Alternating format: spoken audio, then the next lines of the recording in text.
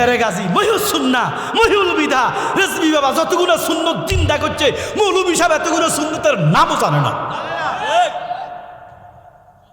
নবীজি বলতেছে, মান তামাসসাকা বিসুন্নতি ইনদা ফাসাদা উম্মতি ফালাহু আজরু মিয়াতা শাহিদ। উম্মতরে আমার একটা মুর্দা সুন্নত যদি কেউ জিন্দা করতে পারে, আমি রাসূল তারে 100 শহীদের সওয়াব দিব।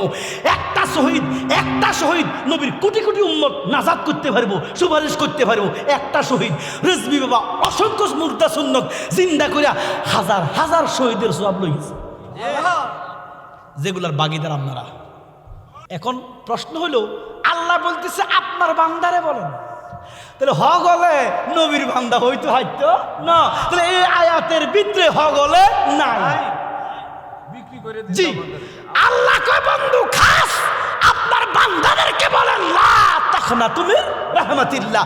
যারা আপনার বান্দা তারা উহুদ পাহাড় পরিমাণ গুনাহ করুক, পৃথিবী সমান গুনাহ করুক, আপনার বান্দাদেরকে বলেন আপনার বান্দা যেন নিরাশ না হয়, আপনার খাতিরে আপনার বান্দার জন্য আমি আল্লাহ গাফুরুর রহিম। জোরে কর সুবহানাল্লাহ।